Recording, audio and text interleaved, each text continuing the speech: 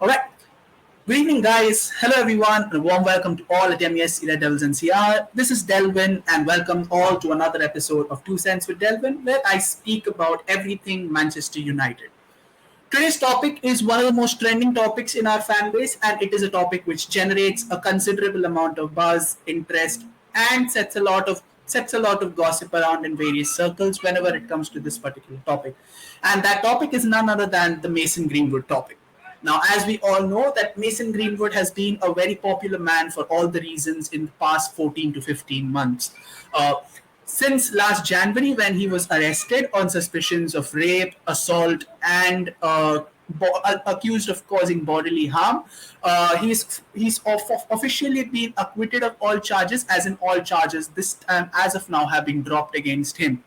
Now, for a lot of fans, when this news broke out, it was a rather shocking turn of events because people did believe that he was one of those many footballers, a young teenager who just wanted to play football because of the love for the game. And outside the footballing circle, he was just like any other kid who loved to have fun, who was in his own sphere up until the details of the horrific things that he was alleged to have done did come out.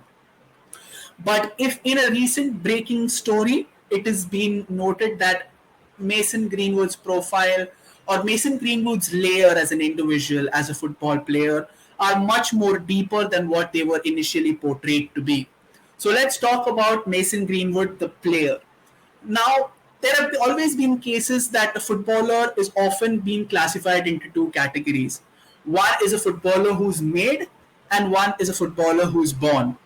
Now, 9 out of 10 times the footballer will always be made. That is, there is always a certain level of graft, certain level of hard work that goes into showcasing the skills that he's so known for. But there is that one particular footballer who's just born, who's just destined for it. And if sources in the academy were to be believed, Mason Greenwood was just that. Mason Greenwood was a player born to play for United. Mason Greenwood was a player born for footballing superstardom. However, he was not exactly the most diligent or the most dutiful. So it has been known that United have gone way above and beyond in protecting Mason Greenwood, in spite of the fact that there have been a vast number of mistakes that he's done at club level as well. For example, there have been instances where Mason Greenwood was not able to keep time. He was late on a number of occasions, and he was not able to, put a dedicated amount of effort into training. Felt like at some points training sessions just passed him by. Also, another important aspect here is that the club, in spite of that, went on to protect him. Now, there was a time during the first COVID lockdown that it was difficult for everyone. It was difficult for you, it was difficult for me, it was difficult for the football players as well. It was particularly difficult on Mason Greenwood. So there were various times that he was said to have broken COVID curfew. The first few times, the police did let him off without any warning or without anything. But the third time when he did it, he was often spotted to be taking his car out and violating the COVID guidelines in the Altrincham area of Manchester. That is where the police thought enough is enough and walked into Carrington and spoke to the club officials about the situation that is going on. Please take care of your boy, make sure he does not do anything of the sort again, or else we'll have to take action against as and when we feel fit and whatever is required to. So that is there. Even the area where he used to stay. So apparently he used to rent an Airbnb because he did not have an accommodation of his own back then. So there were times where he used to host parties in the Airbnb where he used to stay at, and the locals and the neighbors in and around that area often complained or often put out noise complaints wherein they found it difficult to sleep and that the parties would go on wee hours of the morning, sometimes even 5 or 6 o'clock in the morning as well, which is where it came to notice that Mason Greenwood was not doing the things that he was required to do, that is eat well, sleep well, make sure that everything is properly focused on a physical sense, and which is why there was less amount of dedication and less amount of application on side of Greenwood on the footballing side of things. Another important revelation that came out in the story was the unexplained absences. So when Ole Gunnar Solskjaer came in, it felt like Mason Greenwood finally had a proverbial father figure to look at, and also because that Ole Gunnar Solskjaer did identify the need to protect the youth players in the team, in the academy, so on and so forth. So it felt like Ole Gunnar Solskjaer and Mason Greenwood were a match made in heaven. However, things still did not change. There was a period around October 2020 where Mason Greenwood was not available for the trips to Newcastle United and to Paris Saint-Germain, both of which Manchester United ended up winning. But while the initial reason was given that Mason Greenwood was nursing a knock or a niggle, deep inside the sources at the club, it was pretty evident that Mason Greenwood had got AWOL and he was missing, and his absence was best classified as unexplained. There were similar instances in other times as well where Mason Greenwood had gone away from the club without letting the club know, and the club were unaware about his whereabouts whenever he was asked upon. Another sticking point was the relationship between Mason Greenwood's father and the club. Now, at that point, Mason Greenwood did not have a representative, and all his administration or all his management was done over by the family, especially his father, Andrew Greenwood. That was his father. So it was pretty obvious that Greenwood Senior had a vested interest because he wanted his son to stand out. He wanted his son to make sure that he was about the rest.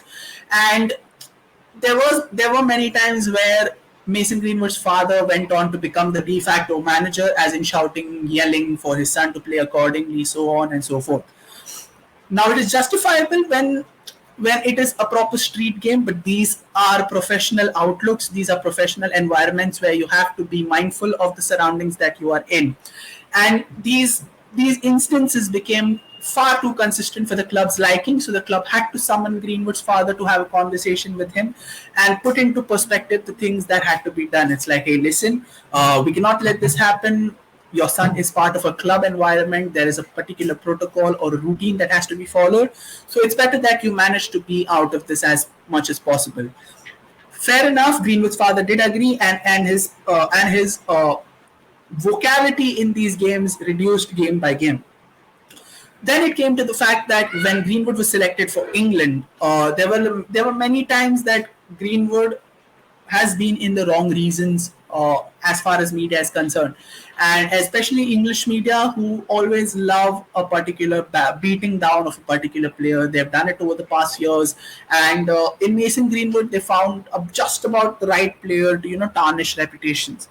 While Manchester United did everything they could to protect Greenwood from interviews, from press releases, from media appearances, so on and so forth, the same protection could not be afforded to him in an England setting, which is why Greenwood was in an unauthorized manner, was put in front of an interview in a Zoom conference where he was not able to elucidate his thoughts properly.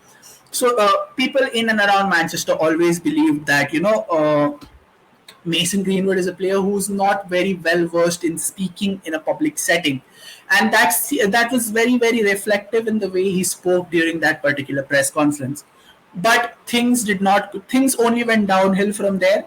Just hours after making his professional debut for England in a loss against Iceland, Mason Greenwood was sent home along with Phil Foden for bringing in girls in a COVID bubble, which not only endangered the health and safety of the people in the hotel, but it also put a realistic danger of England's chances of qualifying for the Euros at that time. Because had the UEFA authorities found that the bubble was compromised, England would have been forced to forfeit that game against Denmark, and that would have put a realistic dent in the chances of England qualifying for the tournament, in which they did end up making the finals. That was the final straw for Gareth Southgate, and from then, Mason Greenwood was always isolated as far as England selection was concerned. Another sticking point during this came out was the attitude of Greenwood. So Greenwood wasn't one for conversations. Greenwood always came across as gruff, aloof, isolated. He never really bothered to ask senior sources or staff members in Carrington as to how they're doing. So on and so forth, and that always meant that there were certain people who believed that he was a little too proud for his own good. However, in the later parts of his United career, it felt that he was turning a step in the right direction, where he began to initiate conversations with people in and around the club. He was a little more bright, he was a little more jolly, but by then the damage was already done. And then came the day where his world and the club's world truly shook and changed for the good. Uh, it was believed that Mason Greenwood had gone on to take was in the process of getting an ownership to the Hale Golf Club, and that was when he was arrested. And ever since, it's just been one saga after another. So, and it it seems that there have been a lot of talks around the fact that Greenwood is starting to think about it as a new life, or the he wants to make most of the second chance, that he's once again got back with his partner, who they're rumored to be getting married pretty soon, start a family. There are a host of stories that are coming out, and at this point it's very difficult to believe what story is true and what story isn't. But one thing is certain, that there is going to be a huge amount of backlash if at all Manchester United do decide to get Greenwood into the club. For me, I've been pretty vocal in my opinion that I would not want Mason Greenwood to be having any part of Manchester United. For me, he shouldn't be considered in to be getting the first team, solely because of the fact that the photos and the videos are still there, the voice recording is still there. No matter what the interpretation is, it is chilling, it is graphic. You don't expect something so wild coming out from a person who seemed to be very laid back and someone who appeared to enjoy his football. But so is life. But if you ask me, I genuinely believe that Mason Greenwood should not be let anywhere near the Manchester United facility. But then it is what it is, and at the end, the decision will be taken by the club. The club are in the process of an inquiry, which they have internal inquiry and internal investigation, and the results of the investigation will depend whether or not Greenwood will be part of the club. Up until then, it's anyone's guess as to what Greenwood's future is going to be. But my 2 cents on the matter is, I think Greenwood has already played his last game for the club.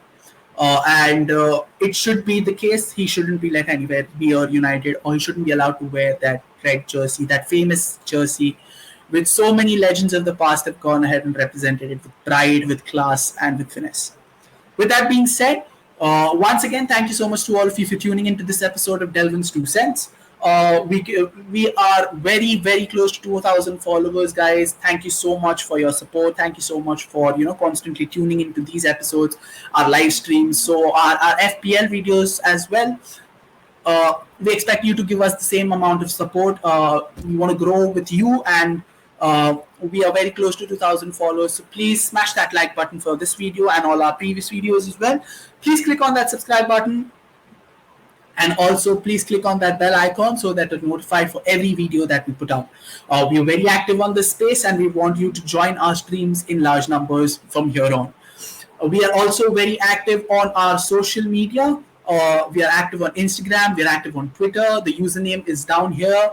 It's the same username for Twitter as well. So please go ahead, do give us a follow there. We'd love to have you know what you feel about the club or certain decisions in and around the club whenever they have been put out. So Instagram and Twitter, perfect places for you to let your feelings known. So do join us, do give us a follow there. Apart from that, we are perpetually active on our WhatsApp as well. Every day is match day on our official WhatsApp group. We'd love to have you there. It's an ever-growing family. There is room for more always. Do check out the link in the description below. The WhatsApp link is there. You can join us there as well. With this, we come to an end of another episode of 2 Cents at Delvin. Please let us know in the comment section, what do you think should be done with Greenwood? Do you think he should stay? Do you think he shouldn't? With that being said, thank you once again for tuning in. We'll see you on the other side with another episode. Up until then, it's goodbye, take care, stay safe, and GG and you too.